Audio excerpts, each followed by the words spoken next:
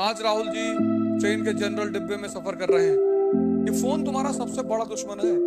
अगर तुमसे कोई बात नहीं करता, तुम बहुत सौभाग्यशाली हो, तो थोड़ा सा अकेला रहना सीखो। फिर तुमको बोलेंगे बहुत घमंडी हो गया है, जिसका लेना कभी न देना। 6 महीने के अंदर तुम्हारी तकदीर बदल जाएगी।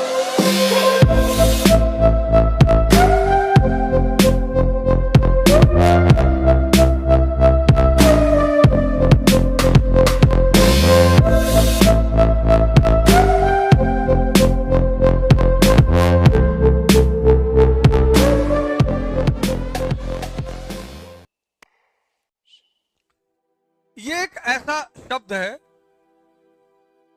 ये जो आदमी को भगवान बनाने की क्षमता रखता है। तुम देखो, जो लोग तपस्वी हैं, साधना करते हैं, वो हमेशा एकांत खोजते हैं। और अगर दुनिया में नहीं मिला तो पहाड़ों में चले गए, जंगल में चले गए। ये हर आदमी के लिए है ही नहीं है। ये चीज हर आदमी के लिए है ही नहीं। कुछ लोग तुम देखो मंदिर में बात करेंगे, बैठ के पूजा चल रही बात करेंगे, मस्जिद में बात करेंगे, क्लास में बतियाते रहेंगे। वो बिना बात किए रह ही नहीं सकते। वो उनकी प्रॉब्लम नहीं है, इसकी प्रॉब्लम है। वो कहता कहां कंसंट्रेट हो रहे हो, तुमको तो भीख मांगना है, तुम क्या कर रहे हो ये सब।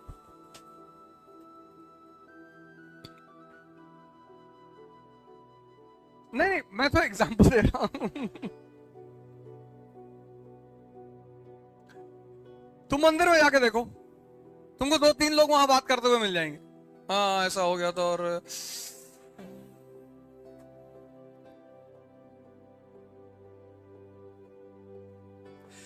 ये सब आदमी के लिए है ही नहीं। आइसोलेशन का मतलब यह है कि तुम कुछ सोच रहे हो, कुछ क्रिएट कर रहे हो, कुछ करने का प्रयास कर रहे हो। जहां तुम अपने आप को इस्तेमाल करने की क्षमता नहीं रखते, तुम्हें दूसरा आदमी चाहिए। दूसरा मतलब समय काटना। क्योंकि जिसको भी क्रिएशन करना है वो तो अकेले रहेगा। पढ़ना है, सोचना। अकेले का मतलब ये नहीं है कि आप सारे समाज से झगड़ा कर लें। समाज के साथ रहें, उधार मांगते रहें सबसे, कोई आपसे वैसे ही नहीं मिलेगा। हमसे कोई ज्यादा मिल लेता है, मैं उससे पैसा मांग लेता हूं कि यार 10 लाख रुपया दे दो, वो उसके बाद आता ही नहीं। बहुत सही रास्ता खोजा मैंने, हमसे 2 बार से ज्यादा कोई मिला, मैं सीधे कहता हूं यार 10 लाख रुपया दे दो यार। फिर सोचो 10-12 लोग दे दे तो अमेरिका टहलाएं, क्योंकि वापस तो करना है नहीं। जिसका लेना कभी न देना।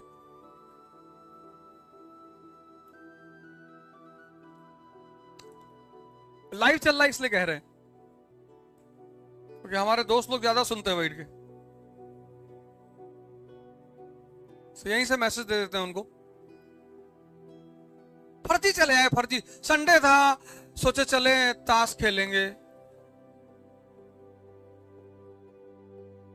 फिर तुमको बोलेंगे बहुत घमंडी हो गया है, किसी से मिलता नहीं। क्यों मिले?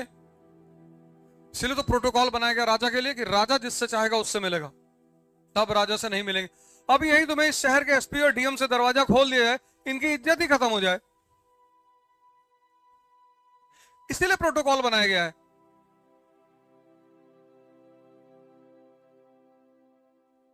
एक किताब है, मैंने कम से कम उसको 20 बार पढ़ा होगा, फिर लेकर आए हैं।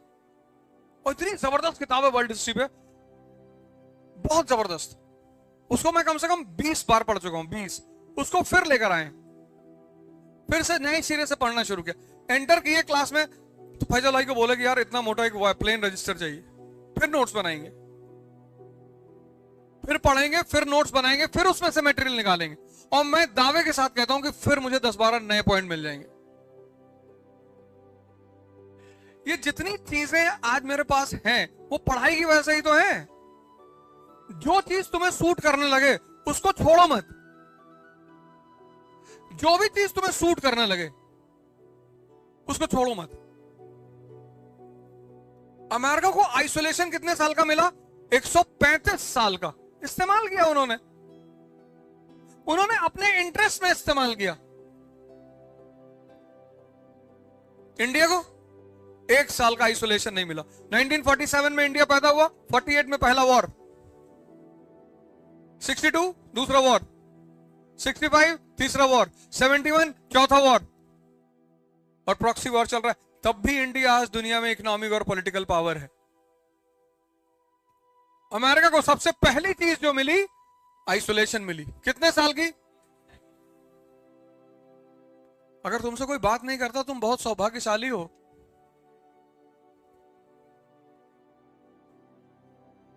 क्योंकि इस खेल में पढ़ना तो सिर्फ 7-8 घंटे है। दिल्ली से इलाहाबाद 200 रुपए की टिकट है जनरल की। किसी भी ट्रेन में बैठो, जनरल में 200 रुपए की टिकट है, और एसी फर्स्ट क्लास की टिकट है 3000 रुपए की। और हवाई जहाज में बैठ के आओ तो 8000 रुपए की। तो वो जो 3000 रुपए ले रहा है ना 200 के बदले, वो तुमको आइसोलेशन दे रहा है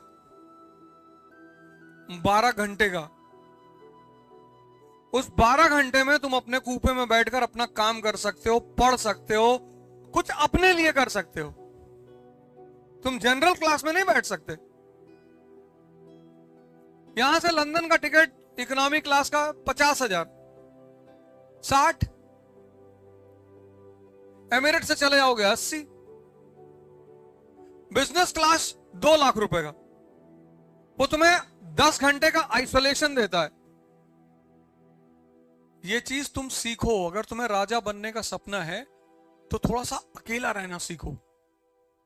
10 घंटा दिन का जिस दिन तुम खुद को देने लगोगे, खुद को 10 घंटा, 6 महीने के अंदर तुम्हारी तकदीर बदल जाएगी। तुम देखो, मैं क्लास लेता हूं कहीं भी, मैं अपना फोन अपने पास नहीं रखता। और अगर मैं फोन रखना शुरू कर दूं भाई साहब, तो क्लास हो ही ना पाए। मैं वॉक करने आता हूं, फोन लेके नहीं आता। फैजल भाई से पूछो। मैं पढ़ाऊंगा, ये फोन तुम्हारा सबसे बड़ा दुश्मन है। इसने तुमको इतना डिस्ट्रैक्शन दे दिया, इतना, और तुमको उस बात का एहसास नहीं हो रहा। कभी बहुत इमरजेंसी आ गई, मैंने फोन अंदर रख लिया, वरना मैं इतने दिन से मैं यहां पढ़ाने आता हूं, तुमने कभी नहीं देखा होगा कि मेरा फोन मेरे साथ रहा हो। क्लास में हूं तब तक फोन बाहर रहेगा।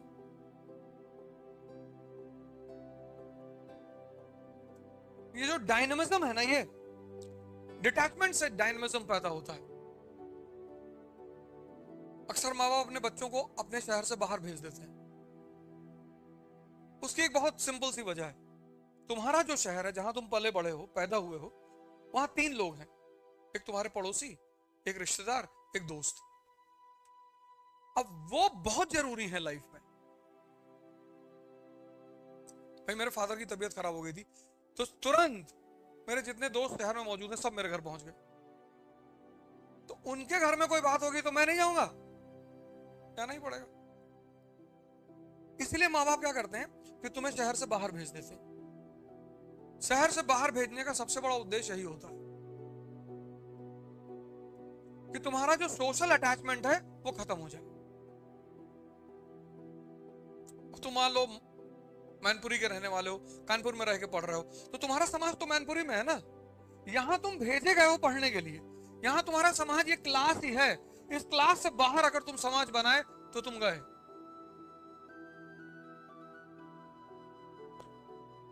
इसलिए जितने लोग शहर छोड़ के चले गए वो बाहर जाके बड़ा पैसा कमाए, बहुत नाम कमाए। मेरे गांव में एक लड़का है, 8th 9th में भाग गया था बंबई वो, और आज की डेट में मेरे शहर का सबसे अमीर आदमी है। एक फ्लोर फ्लैट नहीं, एक फ्लोर रखा है सिर्फ गोंडा वालों के लिए। एक गाड़ी, एक ड्राइवर मुंबई में कि गोंडा के लोग आए तो भैया इनको घुमाओ, समंदर वंदर दिखाओ ले आके, और बीच में जाए तो धक्का भी दे देना।